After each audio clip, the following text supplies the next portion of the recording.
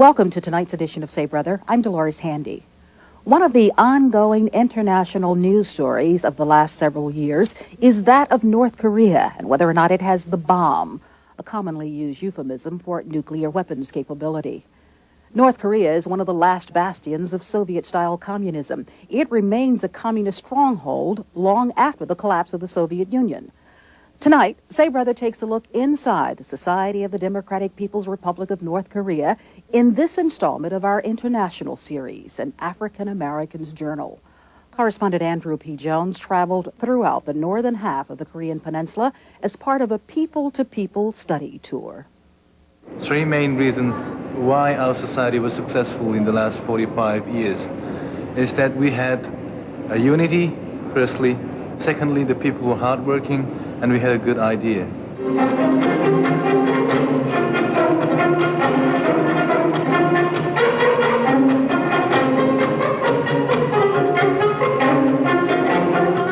I just would like to call upon the U.S. to allow the people of the world to live in peace, to allow the Korean people to live in peace.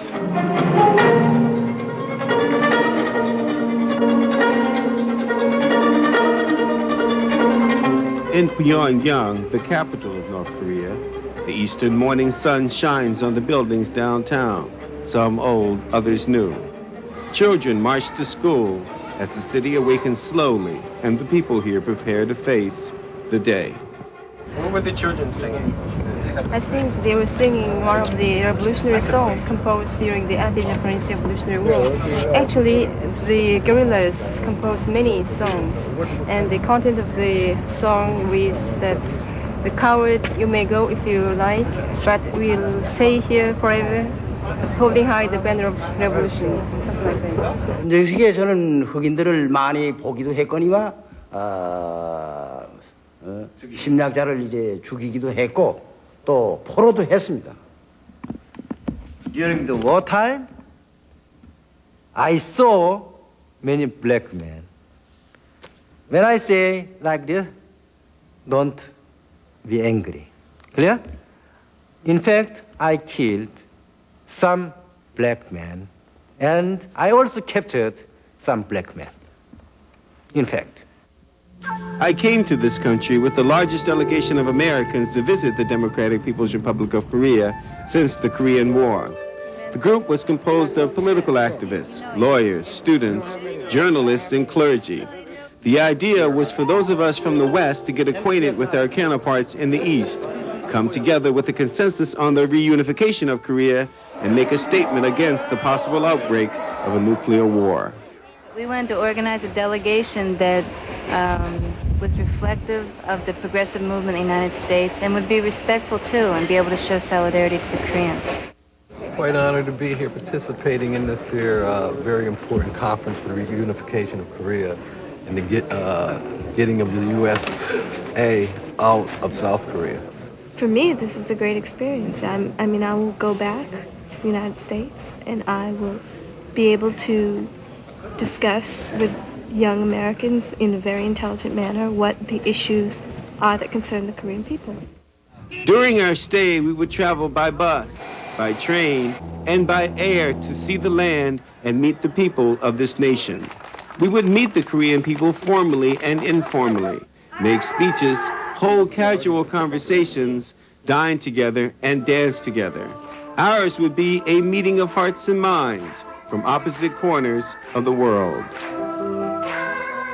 The blacks in America, they are humiliated, oppressed, exploited by the white imperialists.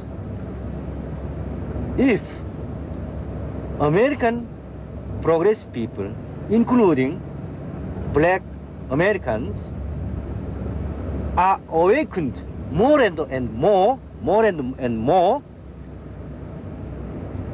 to my mind, they will achieve their goal and purpose.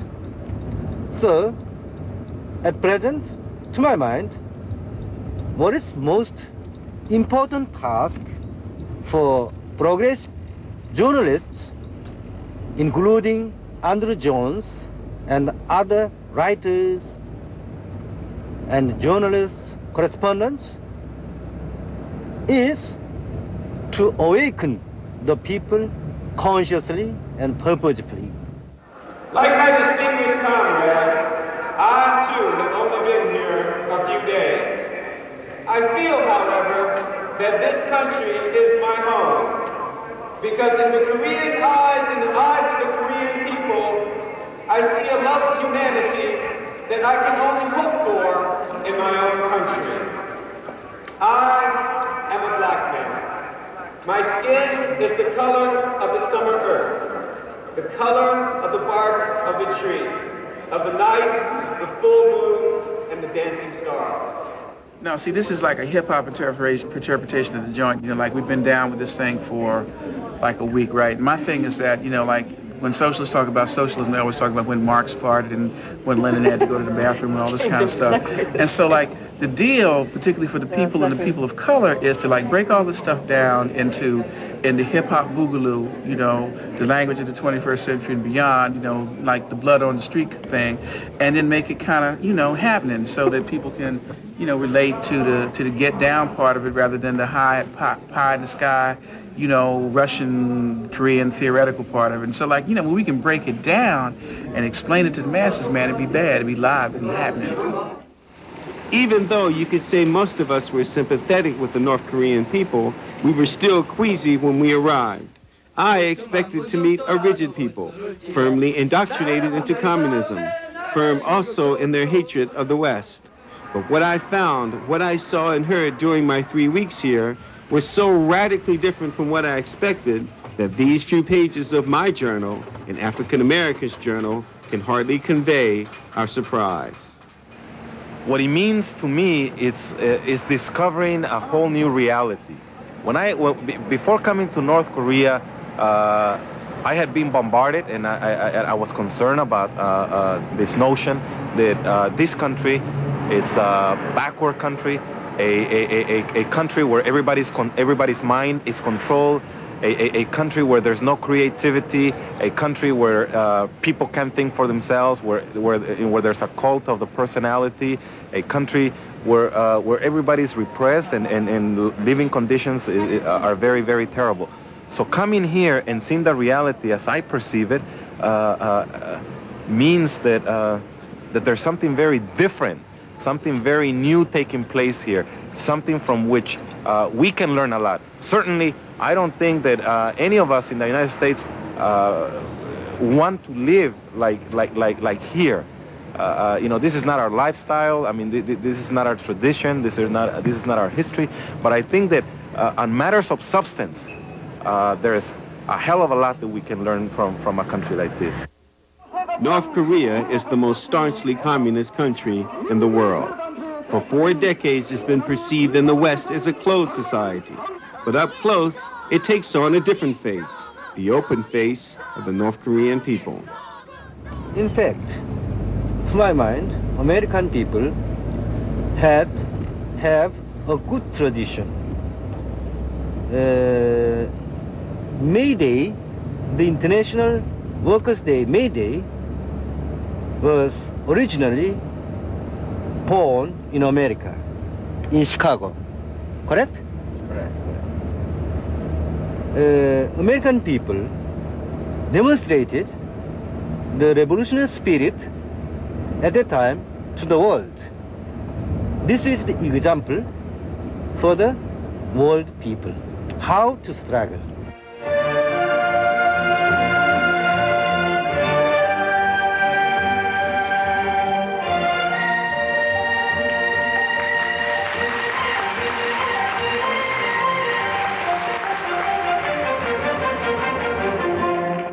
The Koreans say the individual is at the center of society.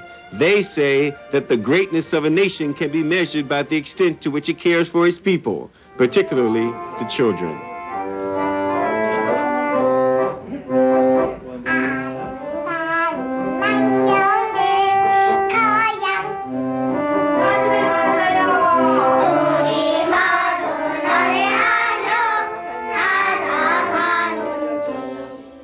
people appear to you? Do people appear repressed? Or? No, they're very relaxed, at ease, leisurely pace, children playing everywhere, on the countryside, in the streets. Look at them.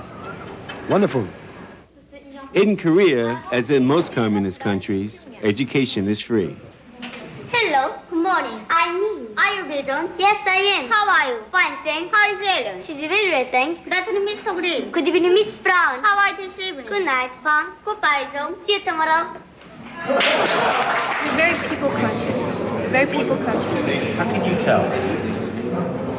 You just look around. I mean, everywhere there's an image of, you know, a worker, a farmer, you know, women. Women are in every single image that I see displayed, which tells me that women have a very important role in society.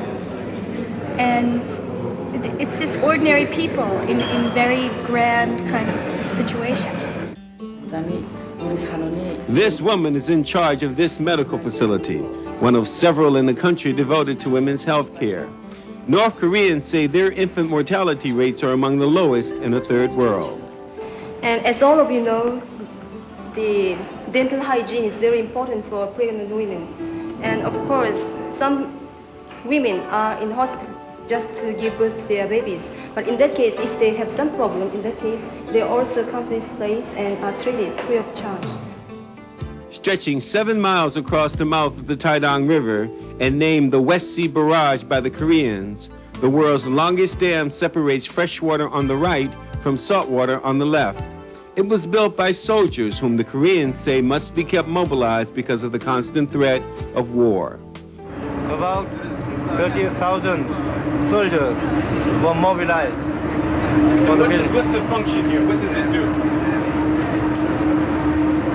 The function of this varies are four. First, we can utilize the fresh water for the irrigation of agriculture. We can collect vast water here and supply this water to the paddy field and non-paddy field. Hoping to co-host the 1998 Olympics with their counterparts in the South, the Koreans have built lavish sports facilities in the capital city. Now, young athletes hone their skills in sports like swimming, table tennis, track, and field. There is a saying in the East that you can make a man work, but you can't make him sing. As for training in the arts, well, musicians have a way of speaking for themselves.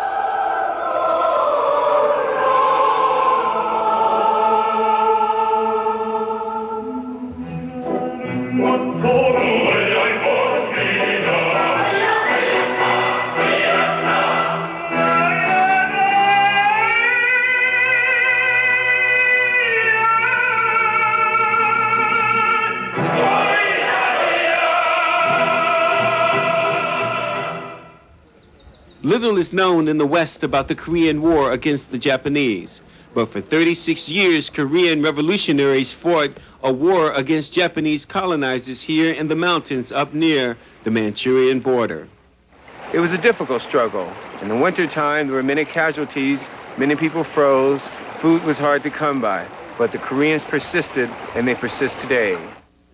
What is it? Slogan. Compatriots, let's fight to establish the free Korea until the defeat of Japanese Imperium. Now that area is sprinkled with monuments that commemorate famous battles and celebrate September 8, 1945, the year the Japanese were finally defeated. This cemetery, built on a mountain overlooking Pyongyang, is a testament to the sacrifices made by the Korean people in their long war against the Japanese. It is the silence here, the faces of the living mingling with those of the dead, that speak for the Korean men and women who paid the ultimate price for victory. In this room, you will see how the U.S. imperialists occupied South Korea and committed war provocations against North Korea. As you see in these pictures, on September 8th, 1945, the U.S. imperialists occupied South Korea under the name of disarmament of the Japanese army, which was defeated in the Second World War. So from that time on, our country has been divided into two parts, North and South. The Korean War was billed in the United States as a police action, but for the Koreans, it was a fight for their homeland and a fight for their lives. 제가 직접 이제 쏴봐도 미국 놈들은 우리보다 체통이 크기 때문에 그저 겨누어 쏘기만 하면 잘 맞아 쓰러집니다. At that time, black men belonged to U.S. Army. Clear? Therefore, we regard, though he's black or white, we regard them American aggressors. We fought with rifles, clear? Rifles. So we shot the enemy. When we liberated Daejeon, the battle was very fierce, and both sides are very near. We shot with light machine gun, automatic guns, rifles. We shot. So I think by the bullets, black man was killed. Estimates are that over 3 million Korean military personnel and civilians lost their lives during the short but savagely fought Korean military conflict. Like every one of the other urban areas in North Korea, Pyongyang, the capital city, was completely destroyed by American warplanes and fighting on the ground. The U.S. imperialists attempted to bring the Korean people to their knees by perpetrating the most atrocious and barbarous bombing never known in war history of the world. What's amazing here is that in the DPRK, they have been able to reconstruct their country basically with their own resources and their own expertise. Comparing that to my understanding of the South, where the dependence and reliance on the multinationals have been very, very substantial. And if they departed suddenly, you could have a collapse. And so for a long term, the situation here is obviously much more stable. We rebuilt this city only for 40 years because in 1950, this city was utterly destroyed. By who? By the war. Since the war, the Koreans have built new housing, roads, bridges, hospitals, and dams, embarking on massive construction projects, sometimes erecting whole streets at a time. This is Cholima Street. Cholima Street. Cholima Street. It was built in 1970. And that is the People's Cultural Hall, Palace. People's Cultural Palace. The Korean society is built upon the Juche idea, an idea that stresses self-reliance and self-determination, a philosophy that places the individual at the center of a tightly organized collective. Loosely translated, it means one for all and all for one. Man, I'm talking about school is in and there's the bell. We heard the bell, we saw the bell, we danced with the bell, we experienced the bell. The bell is it. Juche is what's happening on this planet, y'all. Our people are united formally around the party and the leader. And our people rose like one man to rebuild this city and other cities of the country. Now, Pyongyang is a showpiece in the communist world, with wide tree-lined streets, neon lights that brighten the city at night, an attractive subway system, and topped off at 105 stories, what will soon be the world's tallest hotel. North Korea even has a movie industry that has a long tradition and is still growing. 너 정신 나갔니?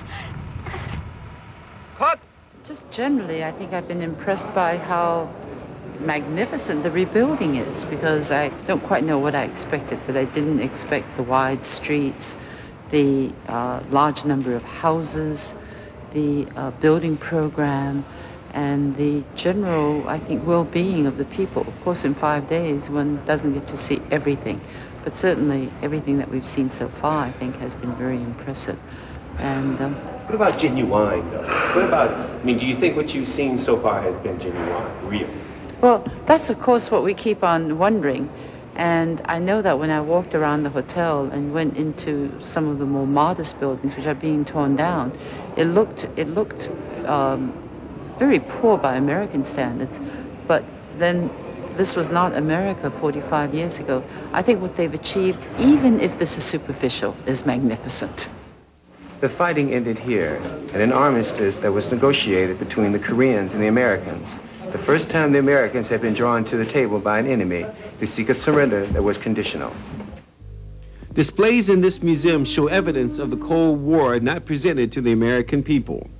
Captured planes, a replica of the Pueblo, and an intact helicopter speak of espionage activity that continued long after the Korean War ended. Here, these are the fighters of the U.S. Imperial Salvation Army, which was shot down by us after the Korean War in 1964. The Koreans say the Vietnam War fought just to the south. The use of the bomb by the United States military against Japan and the massive number of nuclear weapons and troops stationed in South Korea are the reasons why they must remain prepared for nuclear war. Perhaps more than anything else, the most striking symbols in Korea are those of this man, Kim Il-sung, the undisputed leader of the Korean people. If people unite firmly around the party and the leader, they can do everything. The great leader was born on April 15, 1912, and spent his childhood here. And his revolutionary family had lived for generations. The middle picture is the great leader, Comrade Kim Il-sung, at the age of 13. We need all this, firstly, because we really respect, our leader, and secondly, because it is necessary for the unity of the society, to educate the people, what their leader is. Critics in the West call him a dictator, but to the Korean people, he is no different from a Nelson Mandela, Martin Luther King, John Kennedy, or the British royal family, someone whose family symbolizes the enormous sacrifices made by people trying to build a nation. The Democratic People's Republic of Korea is a nation which has had to live with the scars left over from war. The longest is the 38th parallel, a demilitarized zone that stretches 250 kilometers across the width of the Korean peninsula. It runs through the buildings and it turns to the south at that camera post, and then it goes down to the south to that forest, and it goes to the north again. So it means that this part of area is north and that part is south. It's also ironic that the black troops who come to this Korean border to protect somebody's interests, when they get back home, still face racism, discrimination, denial of opportunity in America. And I don't know who defends them, which troops they have to defend them. We need some troops in America defending Americans.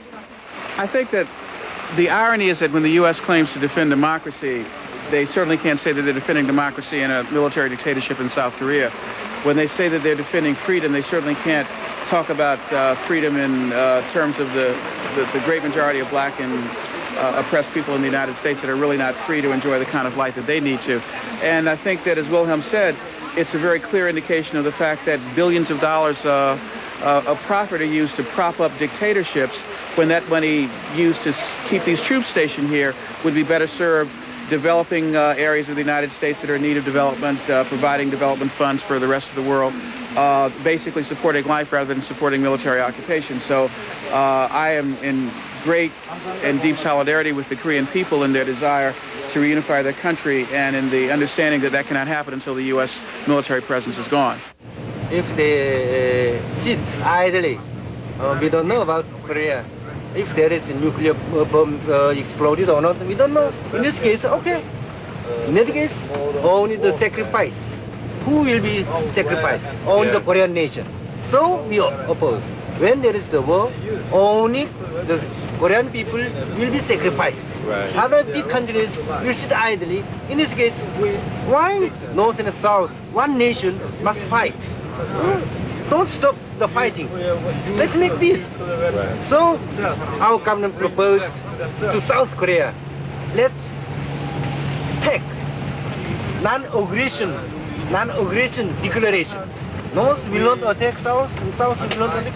This declaration should be published in the world. First, then America, we propose, let's make peace treaty of peace.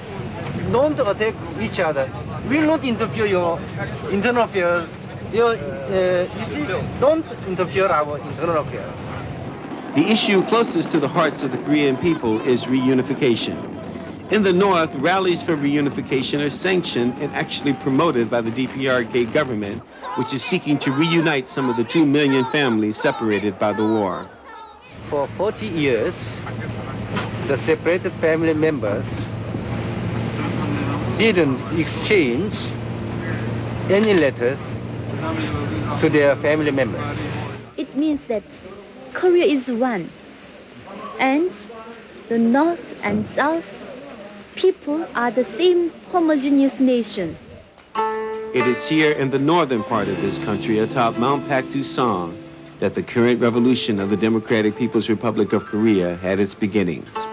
It is here also that our journey to this great nation comes to an end. We've seen what the Korean people have built since the revolution, but here you get the feeling of what it really took, the struggle that it took to win the victory, to be able to build the country that they built. It's a very moving experience.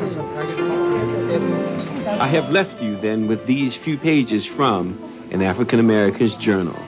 Portraits of the Democratic People's Republic of Korea, a people who are supposed to be our enemy, but who treated me and those like me as their friends. There are no artificial boundaries from such a elevated place as here. Korea is truly a beautiful place, and from this wondrous mountain, they have the right for self-determination. They have the right to be free. They have the right to be one nation and one people. This is Andrew P. Jones reporting from the Democratic People's Republic of Korea. Josana Hanada, peace.